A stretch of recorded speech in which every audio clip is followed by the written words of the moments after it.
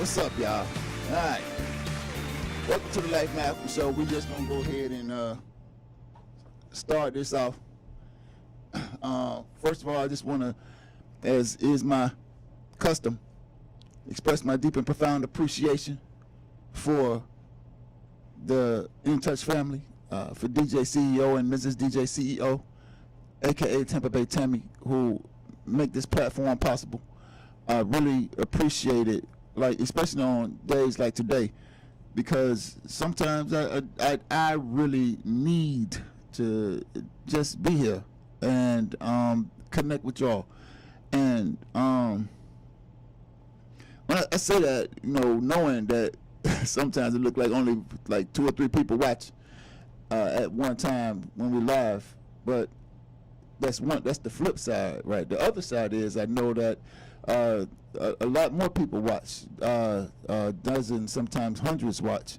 And the funny thing is, somebody who down with me even told me that people do get together in groups and watch. So the people who have the advantage of seeing the show ain't necessarily accurately reflected by the numbers. I'm talking bad English, and I was trying not to, but I didn't want to spend too much time getting around that. And another thing I also heard too is, and I might be a conspiracy theorist, but you know what they say: only the paranoid survive. And so, I'm told that Facebook does funny things with your page or whatever the stuff they control that got something to do with you, when they want to have some kind of effect on who hears what you have to say, how you interpret, understand how people hear what you got to say. So, I mean, saying all that, man, like, I want to tell you that I'm really happy. This is my part where I thank DJ CEO and Mrs. DJ CEO for the platform where we can spend some time together, because sometimes I need it, and I don't want you to think that that your time is anything less than appreciated by me in the most profound way too. So I usually come on and just say thank you to DJ CEO and Mrs. DJ CEO, aka Tampa Bay Tammy, and to my super duper producer DJ ANA, doing her thing, making the Life Malcolm Show everything that it can be for you who tune in.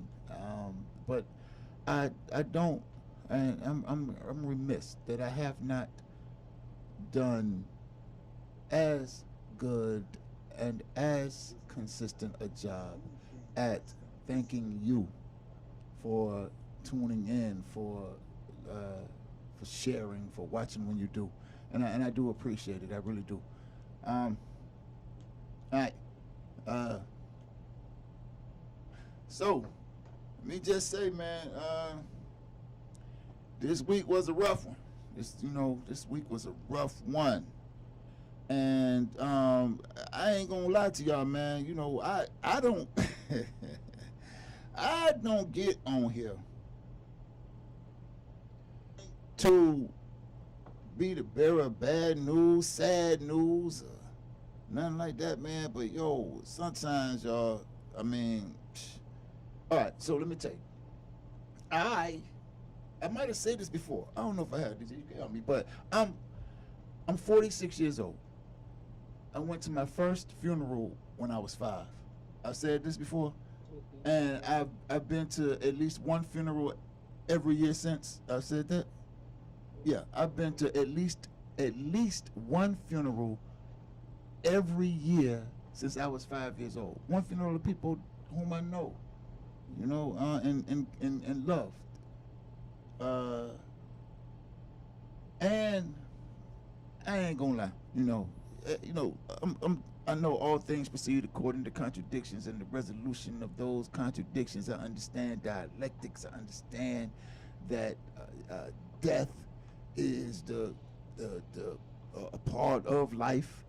Uh, sometimes, as ugly as those deaths may be, uh, um, I dig that, but that don't make that stuff any easier to deal with.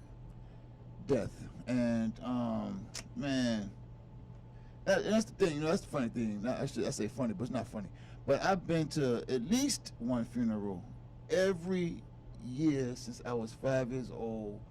I'm 46 now, but ain't nobody ever been to my funeral. And that's the thing. Not dying comes with watching, or not being dead and not dying, comes with having to live with the deaths of people you know and love. Ain't that a bitch? So, you might know. If you don't know, you should know, especially if you in Tampa, from Tampa, been in Tampa, around Tampa, that our dear brother Mo, who was like a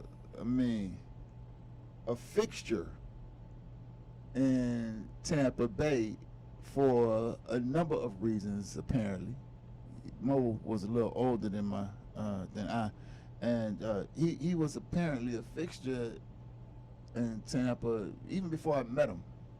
But certainly, man, after I met this brother, he became, when I met him, he was already that, but then became for me just a fixture, and that's the best word I can think of, because you expected to see him there, like grandma's chair,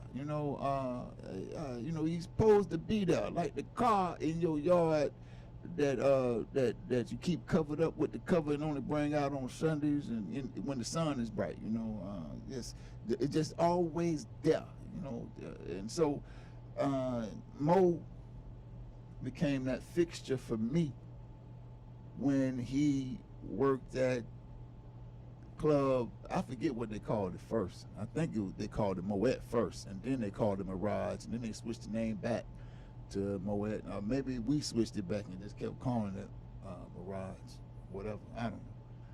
But man, so I got the word this weekend through, I believe, Facebook. I don't know how I heard about it first. Maybe it was a text that Mo was working at 7th and Grove, and some kind of altercation popped off, and Mo was on the job, broke up the altercation, and after intervening in that struggle, experienced some, he didn't feel well, from what I'm told, and died at some point after that, man. And that sucks. It just sucks for me. Man, that was my dude, man, in a lot of ways. And I ain't been in the club in a while, fortunately, and because the club just ain't the same when you're 46 as it was when a few years ago. Although I see some of them, man, I'll talk about that in a minute, because I don't want to be somber and have the damn the Paul Bearer show. You remember, like when I was growing up, they had this TV show called Creature Feature. You remember that? Creature Feature, and they had this guy on there who he had them eyes like Biggie Smalls, like had eyes like that, and so he would call himself Dr. Paul Bearer. So he used to come on. I could tell you, he used to come on Channel 44. I almost could think of the name of the call letters. I can't. Oh, was it WTOG? I don't know. Somebody gonna help me. No, I don't remember. Anyway, but I do know it was Channel 44 and Dr. Paul Bearer. And so, even if, ironically, even though I had been, attending funerals as a youngster, I guess I didn't. My focus always, whenever I attended funerals, my focus was on the person who died. You know, and perhaps the people in the front row close to the deceased, and maybe even the preacher. And oh man, I gotta tell you, the singers too. I would, yeah, the singers too. So didn't really pay attention to how the casket got in and got out. So at 5, 6, 7, 9, 10, probably even I don't know, probably until I was a pallbearer myself at like 13, 14 or something. I don't even think I had a concept of a pallbearer until, other than the guy's name on Creature Feature. And so Creature Feature was this program that came on. I think they would show like some kind of horror film for 2 hours with commercials. Might not have lasted as long as 2 hours. It seemed like it though. Used to watch on a black and white television that my grandmother wouldn't let me touch. So yeah, but that's how long ago it was. Anyway, yeah, Dr. Paul Bearer. And so I say that I definitely don't come to the Life Malcolm show to bear the pall. And of course, his Paul Bearer character's name was spelled something like Paul, like the double agent we talked about last week. Paul, Paul Bearer. I'm not sure if the last name of the spelling, but of course, Paul Bearer, the kind of Paul Bearer to which I associate that moniker in this context is Pall, which talks about bringing the sadness, bearing the sadness. That's what the pall bearers do. Pall. A lot of us say the word, probably don't know what it means, but bearing the pall, the sadness. And so I don't come here to intentionally bear the pall, bring the pall, but I would tell you that y'all my people, my family, my the audience that with which I hope I am building a long-term connection, and I just don't know how to be fake, how not to, how to come on here and pretend. And even if I did know how to do that, I don't think I would, because I don't know if I could pull it off well. I think you'll probably see me, see through me. So yeah. So we're gonna talk about Mo and a little bit, tell some club stories a little bit, and also though, right, as if that wasn't enough, just before, the reason why I wasn't so sure whether I heard about Mo on Facebook first or not is because I do know for a fact, I saw on Facebook that Julius Colley died. Now, Mo, of course, like I said, just a few years older than I, but Julius Colley, known to most as Coach, known affectionately to most as Coach Julius. Coach Julius was a super cool dude from the time I met him until the time I last saw him. And that's not to say that he wasn't cool after the time I last saw him. I'm sure he was. He's been consistent for all those years. But Coach Julius coached me in basketball. But when I played with the Ybor City Boys and Girls Club, the Eagles. And so now I got some stories to tell you. So y'all probably know this happens every week where this alarm goes off and I have to stop it at 6:15. What happens is when I'm not at the show, I'm usually cooking for the family, and so I promise to have dinner on the table by a certain time. And it reminds me of how much time I got left before dinner time. But It also, in this context, lets me know we got to go to break, and when we get back, we're gonna keep on cooking here. So let's talk on the other side of the break. This is the Mike Malcolm Show, y'all, and we'll be right back.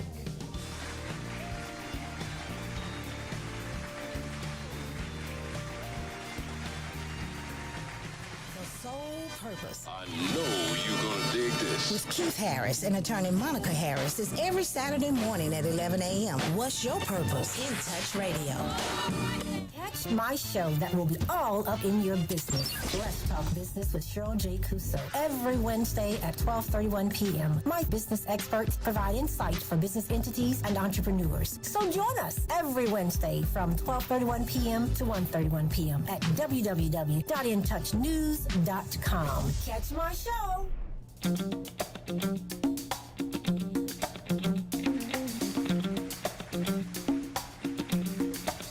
All right. So, yeah, I was running my mouth so much I didn't say that you could call in at 813-444-9588. And I might have said that. You know what? Maybe that's why more people don't call. Maybe I say it too fast. You can call in at 813-444-9588. Now, I'm going to tell y'all what just happened behind the scenes. My super producers, DJ, and she is super, just pointed out to me that it's on the screen.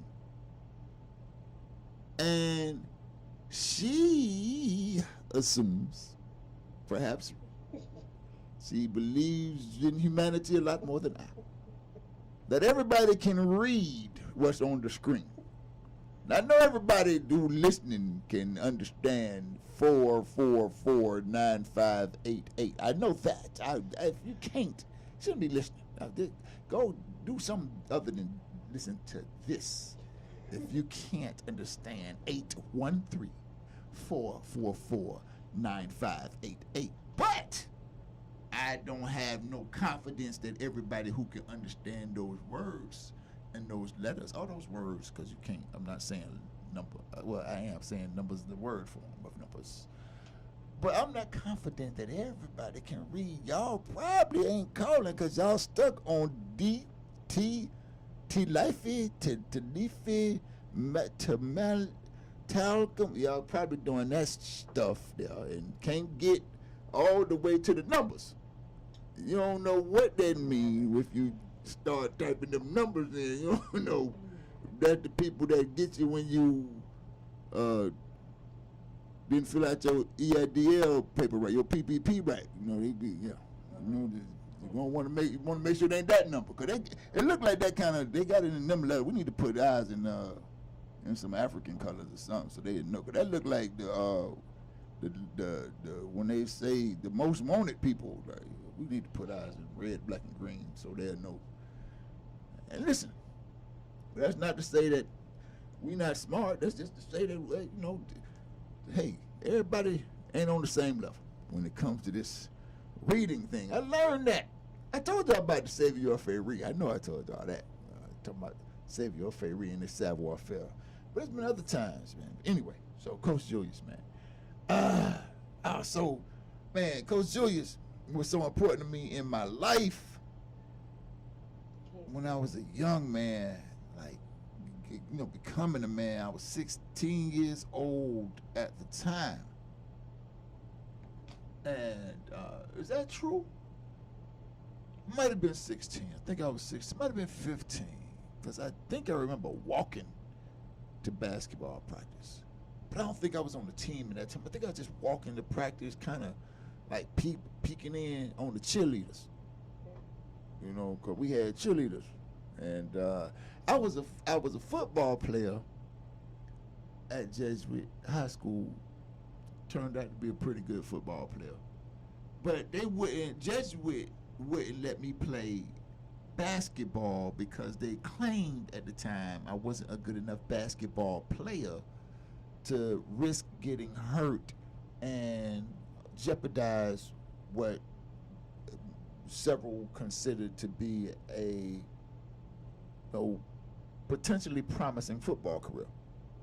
So I accepted that explanation, but what I really do believe is they didn't want me taking some of the white boys' positions. That's what I really believe now, because they would have put me on the court at small forward.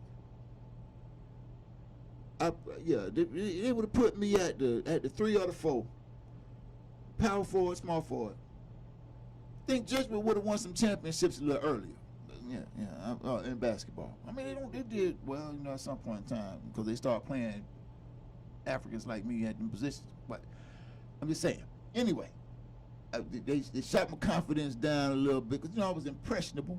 And back then, I believed everything white people said. So, they told me I wasn't good enough to make the team. I ain't even try.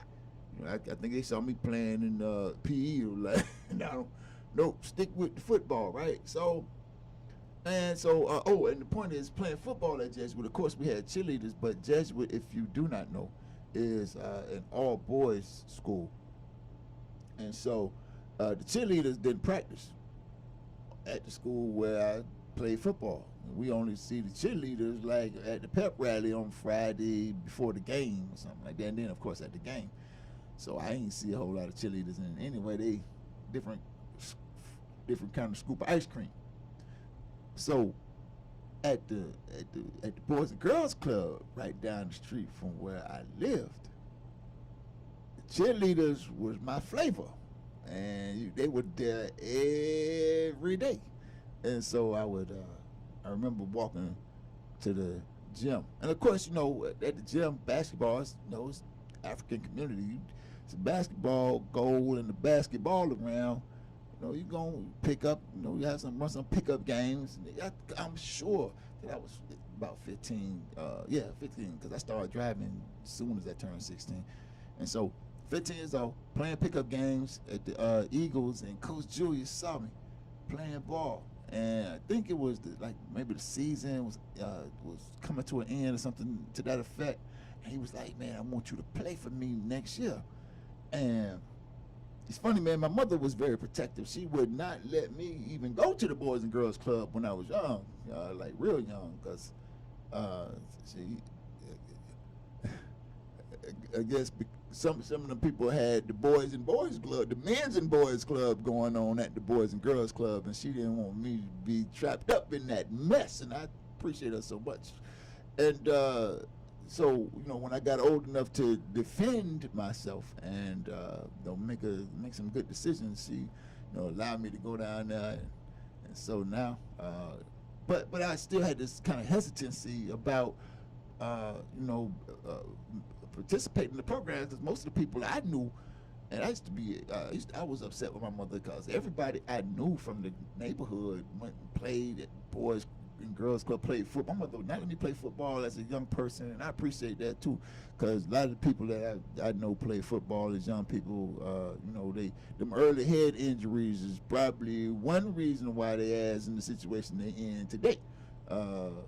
And very few of them went off to be NFL stars, so I don't know if the risk outweighed the benefit or anything like that, but that's another story.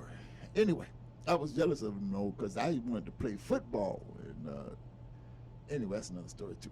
So basketball, I couldn't play football for Bobby Wild, so I didn't have any confidence that my mother was gonna let me play basketball for Julius Colley, but she was like, "Yeah, go ahead." I guess she figured she'd already let me play football at Jesuit. Why not basketball with the Eagles? And so Coach Julius, I told him I could come play. And man, I was, I had never played with, like a team organized basketball. So I was rough. I had played football though. I was pretty good at that. So I'm out there playing basketball, football style. I'm running people over, and Coach Julius had to work with me. And Coach Dion too. Sometimes he'll tune in. So I gotta say, Coach Dion Thomas was definitely instrumental.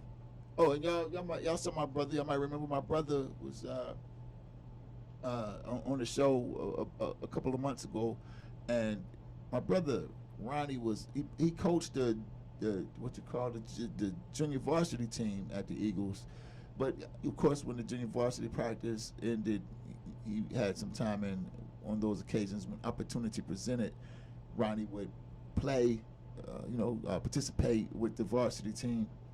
And but man, like Coach Julius has so much confidence in my ability to play basketball, or just to make the team, to help the team. Not to make the team up, but to help the team win. And he put so much pressure on me and demanded that I worked at a level that the high school hadn't even demanded of me at that time. Caller, come in. Hey, Brother Malcolm, how you doing? I'm in the game. What's going on, caller?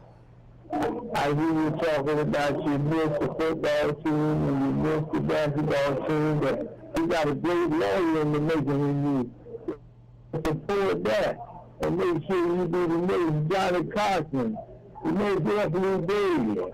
And that's what we into now. We can't live in the past where you missed that TV league. We're in the big league now. We need you to pass that ball out there so you can come on and help some of these brothers behind the wall, because we got lawyers out now that are faking, but you ain't going to be faking because you're the real one, brother, and I just wanted to say that to you.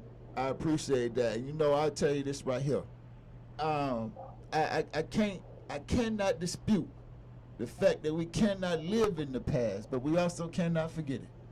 And so I just want to lift up a certain way, because these brothers meant something. If it wasn't for them, I wouldn't have the courage I have to face this damn bar exam. You understand? So I just really want to appreciate you for calling and expressing such the same kind of confidence in me, brother, that I'm expressing. People once showed me in my youth, and it's so important. And I stand on that, brother. I stand on your shoulders. I stand on those words of encouragement.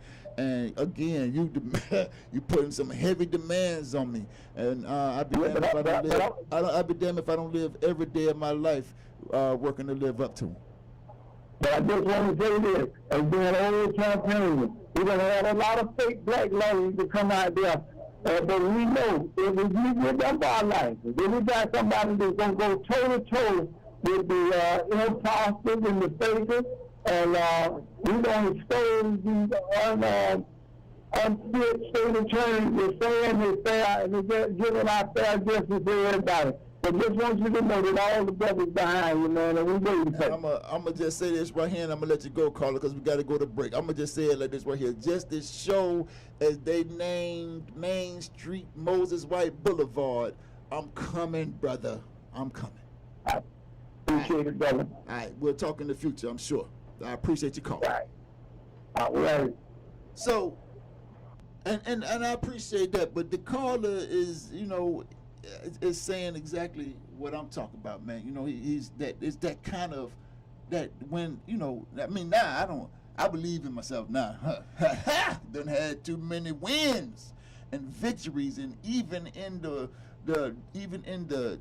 stuff that looked like defeat, impossible. The rest of it, I've seen the ability to come through it, and so I'm gonna make it a point.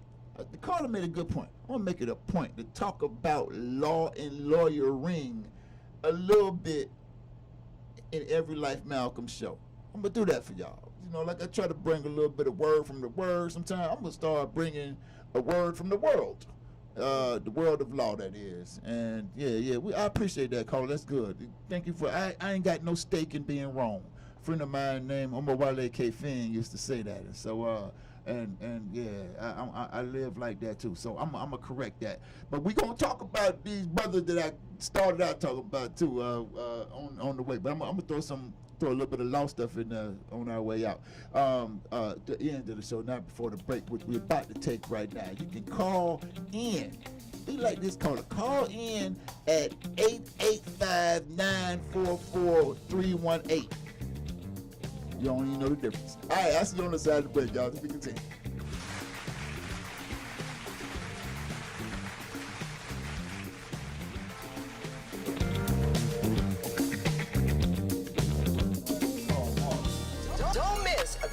first annual Amateur Grillers Cook-Off coming to the Tampa Bay area on Labor Day weekend, September the 5th. Hosted by the Dr. K.C. Patel High School, located at 10721 Rawlinson Ranch Road, right here in Tampa, from 11 a.m. to 5 p.m. There will be a $500 cash prize to the best amateur griller. If you feel that you've got the skills, then you need to bring your grill. It doesn't matter how big or how small. You can drive it up, push it up, pull it up, or even let grandma and grandpa help you set it up. Just bring the entire family out and enjoy some of the finest amateur grill meats. Sample the sauce and find out who has the best sauce. Bring your meat and put it on a plate, and let's see if you have what it takes. For vendors information, text 813-965-4456.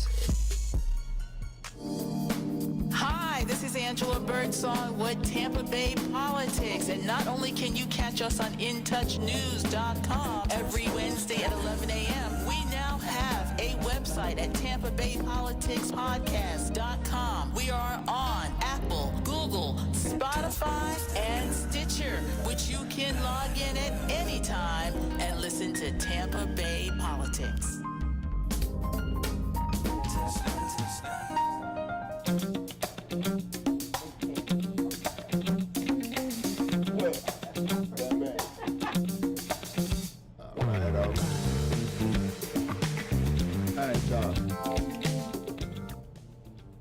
Welcome back to the Life Malcolm Show. All right, so I promised y'all some stories. I'm gonna finish up with Coach Julius though.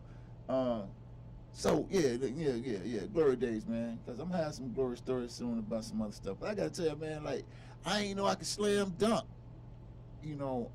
like I could before Coach Julius told me jump. I mean, just jump. So and I've been jumping ever since. And I appreciate the caller calling in because I'm still jumping. And soon I'm gonna slam the ball home, and win the championships that we won. Like we won when played for the league. We won championships back to back in those years, man. Put us in the Florida Central and everything. One day I'm gonna bring the pictures so y'all can see how crazy I looked in them little shorts that they had. The Eagles, they were cheap. They playing little shorts. And you see how crazy I looked in them shorts. But we were, boy, you talking about slamming? Woo, like yeah. It was a good time. Played with some good people too. Some I still see from time to time these days. And yeah, so but Coach Julius Colley, man. Another thing, so when the gym wasn't available to play, or to practice rather, we have to practice outside at Cascading Park in the sun, Florida sun. Back in the days when the sun apparently wasn't as hot as it is these days, because the way young people run around in this sun is just amazing. But back in the day, the sun was hot enough, and Coach Julius's father, I don't even know his name, we just call him the Pops.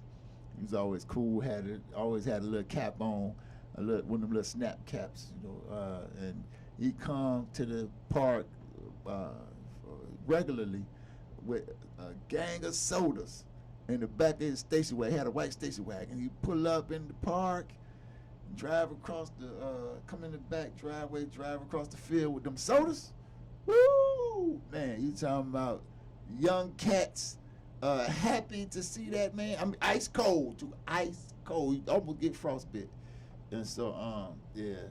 And we just laughed and talked. And the older, as I got older, I would see Coach Julius as I, grew into a man, and he was always encouraging and proud, and reminded me all the time about how important it is to believe in yourself and to encourage others to believe in themselves when sometimes they don't see everything in themselves that you do. And that's good. Because now I know what I want to say about the law thing. I'm gonna deal with that. So, Mo. Now, Mo didn't help me grow up or nothing like that, but he helped me feel he helped me grow into my importance, you know, if that makes sense. You know, because I wasn't always like, that's assuming that I'm important now, right? But I wasn't always well known, of course. Couldn't always get in the door of the club or get in the club for free. That wasn't always the case.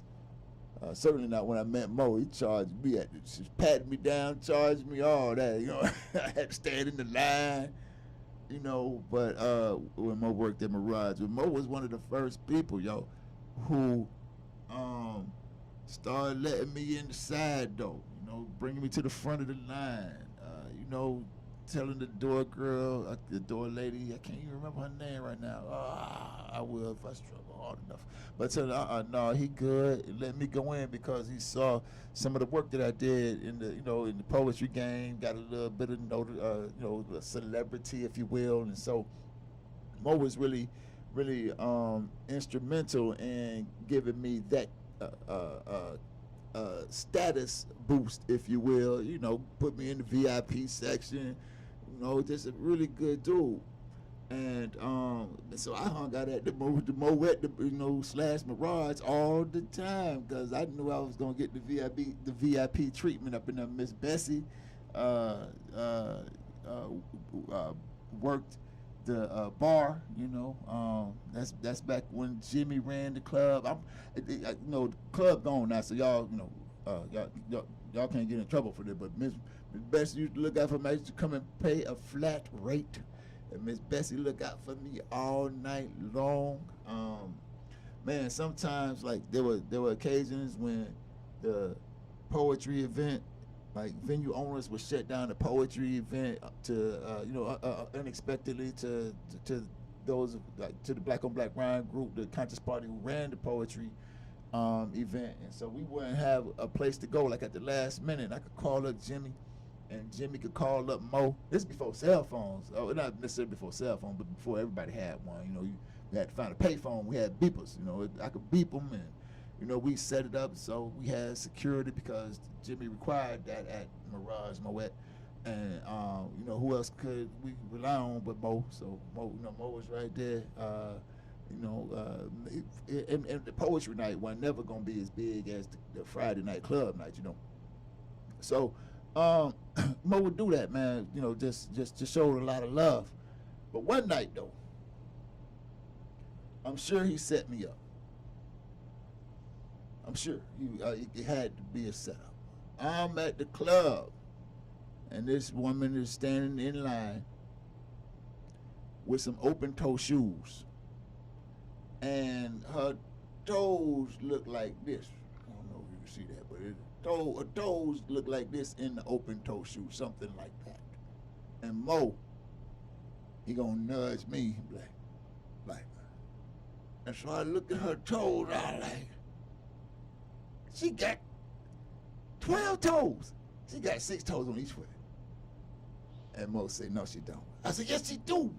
Look. She got, you know, we standing a little distance away. It's dark. It's, you know, it's the club at nighttime.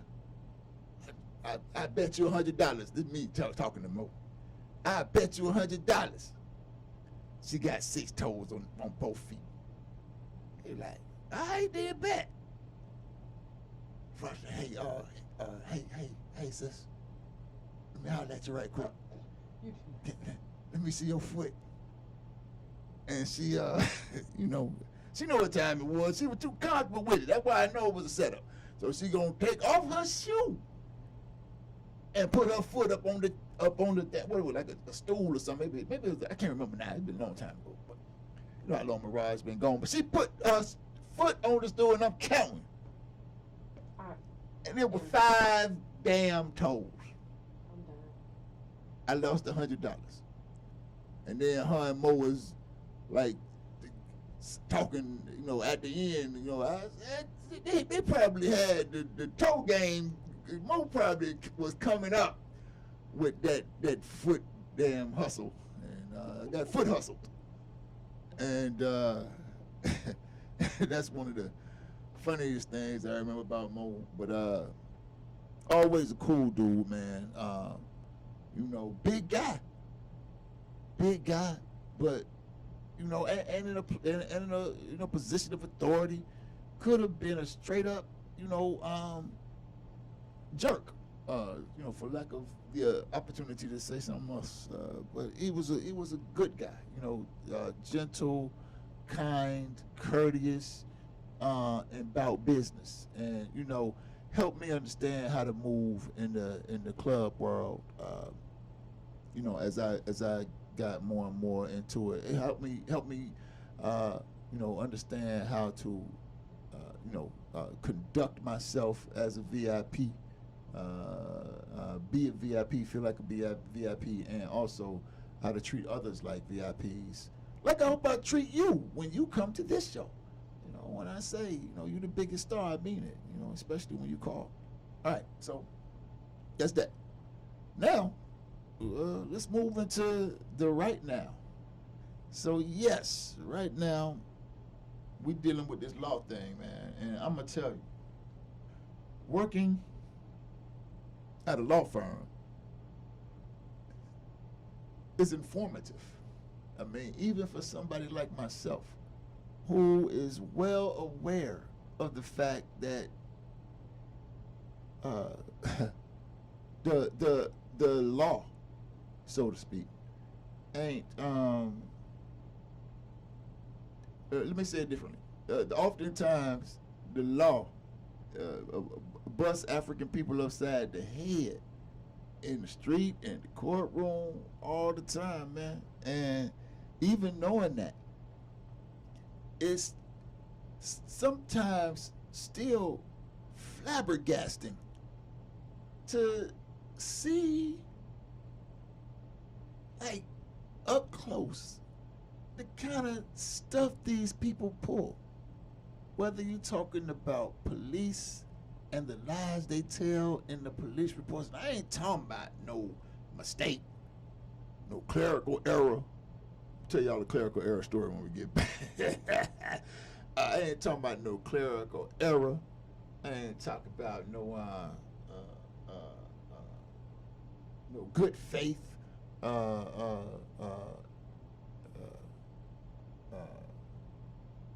mistake. And then you have these prosecutors who, I mean, just seem to negotiate with people's lives as if people aren't real people. Like people are, you know, I see this mostly with Africans. I'm not saying it happens exclusively to Africans. I'm just saying that's where I see it. And then the judges, you know, judges will not hesitate to send African people to the moon, and so to speak, you know, and so I hope that that over the course of time, now that I've made this commitment to say something, a little bit of something about the law and the legal profession, and, you know, not too much though, because, you know, we can't tell everybody everything. You know what I mean? We gotta keep some things to ourselves. But I'm gonna tell y'all enough, hopefully, to help y'all, you know, avoid getting your head split as often as they would like to split it. And we're going to deal with a little bit of something in some concrete ways on the other side of the break. We'll be right back, all right? It's the Life Malcolm Show, y'all. For real, the number, last time the number was backwards in case you didn't get it. But for real, call 813-444-9588. As a matter of fact, if you have a legal question, a law question, just any question, call me up and see if I can answer. I think I can. All right. See you on the other side.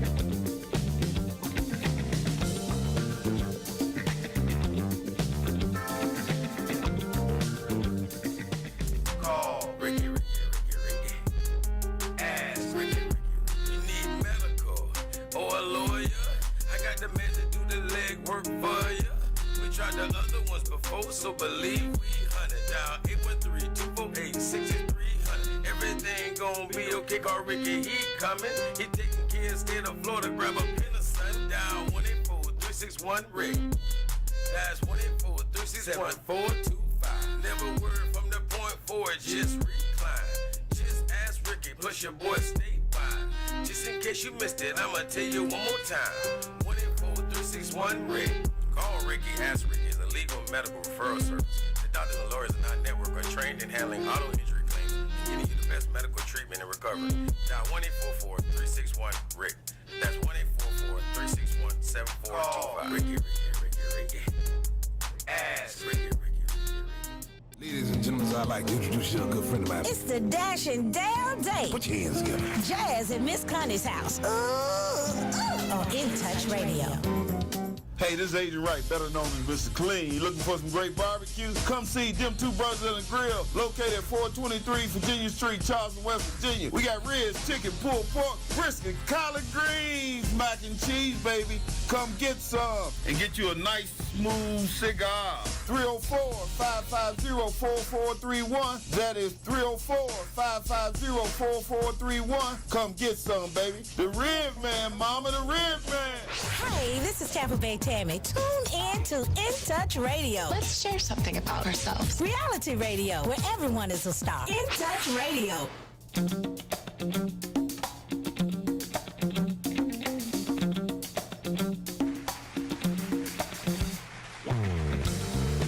All right. Let's do it like this. The law. Tell y'all something. One of the things I've learned since working at the firm, and I always knew it in a very vague sense, just kind of know it, you know what I mean? That at least you know you have a, if you fight, you have a chance to win kind of idea, you know. But what I did not recognize until, you know, because I went to trial. Y'all know that. They tried to put the dog foot case on me and accused me of kicking the police and resisting arrest and all that stuff. I took it to trial. Could have, I was facing 7 years in prison. They offered me some stupid deals. And I said, no, hell no, I don't want the deal. And I went to trial. And, based on this philosophy, in my mind, in a very loose way, no one based on no law, just based on this idea, if you want to win, you got to fight kind of thing. And plus I had some organization, some way to deal with the law outside of my own understanding of the world. And I knew something about dealing with the colonial law and legal structure based on my connection to organization. So my fight had a lot to do with that. My fight was connected to that. But now I see another advantage to fighting. And when I say fighting, I mean not taking the damn deal. They'll always dangle the deal in front of you, and sometimes you got to take the deal. Listen, sometimes it's best that you take the deal. I'm not down. I would tell you to fight till you can't fight, but some of us do. I think I got one. I don't think I cussed. Some of us do dumb shit, and force ourselves into a position where we got to take the deal. And so if that's your case, that's your case. However, I've seen people take the deal not because they put themselves in a bad spot, like you can be in a good spot in colonial America, but not that they put themselves in a bad spot, but simply because they didn't have the courage, the knowledge, the team to help them fight, right? So they had to take the deal. Knew they were innocent, still had to take the deal because when they say the team versus you, we talked about that last week when we talked with brothers Hordes. When we talked about when the state come against you and they say the team, the state versus you, it's a whole apparatus. versus you when you by yourself. And so what I've learned from working at the firm is there's so many people these days, right?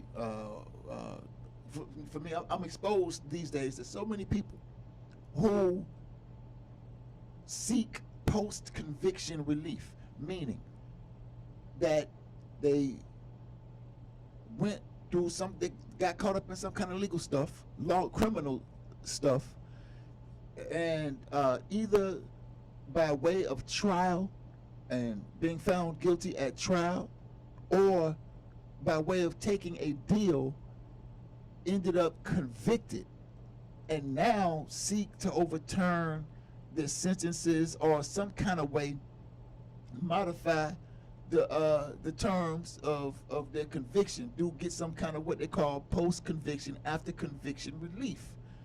Some people who even have some of the worst circumstances happen to them that force them into the criminal, if you will, conduct for which they were accused and convicted. Like, one woman I know was sex trafficked from Cuba to here. Some guy tricked her to come here, and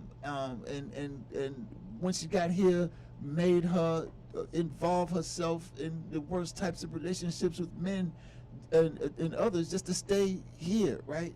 And this forced her into the kind of lifestyle where she, tried to escape the pain or forget about what she subjected to, taking drugs and what have you. And so she got caught with some drugs, or so they say she got caught with drugs. She did her time, paid her fines, paid her fees, no trouble while she was on the probation, all that stuff, and ended up in a job where she didn't have to exploit herself any more than the average worker here does, but did not have to engage in that kind of sex trafficking, exploitation stuff, and began college and all this stuff, right?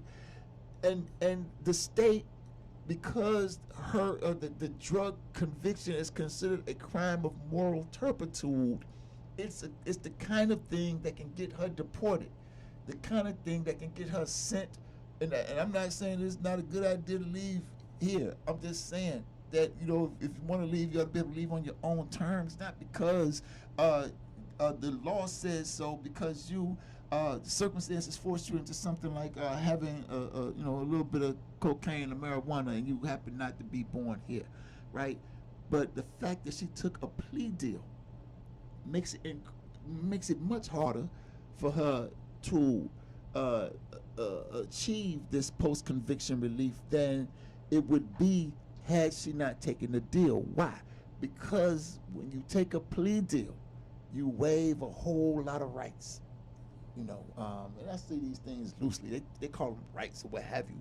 But you box yourself in. I'll say this: you lose a whole lot of opportunities when you take a deal. So, I would say, number one, if you can, don't take a deal. Take it to trial. Lose. Run the risk of whatever it is they threaten you with. Run that risk, because on the other side it'll be easier for somebody to come get you than it would be had you taken a plea. And I would say this too. A lot of us, again, do dumb stuff. If you know that your license is suspended, don't drive. Just don't drive. Do anything. Pay somebody to drive you. Now, they got Uber. Driving is the easiest way to get caught up. So if you know you can't drive, don't just let them have it like that. If you do come into contact with the police for whatever reason, I don't care, unless you call them because you need them to do the administrative work because somebody bust your window or something like that. That's the only time, when you need them to do the administrative work for your insurance purposes, this, that, and the third. The only time I would say is perhaps smart to call them. But if you come into contact with the police, with the law, on their terms. Don't say nothing. Like don't just start. The police are not your friend. I see so many police reports where they say that the accused, start spilling their guts as soon as they walk up. She hit me first and then I hit her. I had to hold her down. I wasn't really drinking. I only had 3 beers before. Just tell it on their own self. And listen, the police are not social workers. The police are not your friends. This whole idea about everything you say can and will be used against you in the court of law, they mean that. The police ain't on you think, Ted, when the last time you saw the police come to the criminal case and testify for the defense? I know you're gonna say the George Floyd, the Derek Chauvin trial. Maybe they did. I didn't watch the whole trial. I don't remember who side they testified for. But it's generally the state testifies for the state workers, state allies. The whole colonizer clique. They work together. They not testifying for you. You think they put you in there to help you get out? And so, listen. You don't have to be rude or belligerent or anything like that when they approach you at your car. For example, if you're driving, hopefully legally and with a license, just go ahead and have your paperwork, your driver license, registration, insurance right there. Like me, I drive with mine right there in my in arm's reach. I don't have to lean, reach, all that kind of stuff. I hear people talking about they scared to do. I don't put myself in a situation to do. I have it right there where I can reach it. What kind of car this ain't the 80s where the cars are this long and that wide. You can put it somewhere where you can reach it. And Pfizer, whatever, have your stuff right there where you can reach your driver's license, registration, insurance. Pull it down. Have it ready. Don't stop your car. Don't until you have what you need ready. Until you put up everything that you don't supposed to have. Put it up. And I'm not, I'm saying, I'm not telling anybody how to commit crimes. I'm saying what you shouldn't do is if you know that you should not have something in the car, don't leave it on the seat where somebody can see it when they get ready to pull you over. People do that and they say it's plain view and this, that, then they try to tear up your car. I'm just saying it don't make sense. I'm saying don't have it, but if you do have it, don't leave it. Take your time, put everything up nice and neat, and then have your thing in your hand. And when they pull you over, just hand it to them. When they start asking you stuff like, "Is this address on your driver's license correct?" Tell them, to the best of your knowledge, of course it is. Because to the best of your knowledge, it is. Because if you tell them it's not, then they're gonna be like, "Well, that's a ticket. This and that and the third." You go, "Well, I was gonna get it changed next week." You're like, "Well, you're gonna get a ticket today." And so I'm saying, what we have to do is recognize that we are, in many instances, our best. We give ourselves the best chance we got, and sometimes we give up the best chance we got. And so don't give up your best chance. Move smartly. Keep your mouth closed when the police come up to you, try to talk to you. Let them know that you're not interested in making no new friends. So don't be telling them where you coming from, where you going, what you did, and all that stuff. No, it's not no social call. Go ahead and give them your paperwork. Tell them to write that stuff down, type it in, give them do whatever they're gonna do, and never, ever consent to a search. All right, so that's my off the cuff legal stuff, and we're gonna tighten it up. But right now I hear my music, and I mean I gotta go. So listen, I appreciate you tuning in to the Life Malcolm Show. I hope you got something out of it. I did, man. It was just good to come talk with y'all. We'll talk to y'all next time too. All right.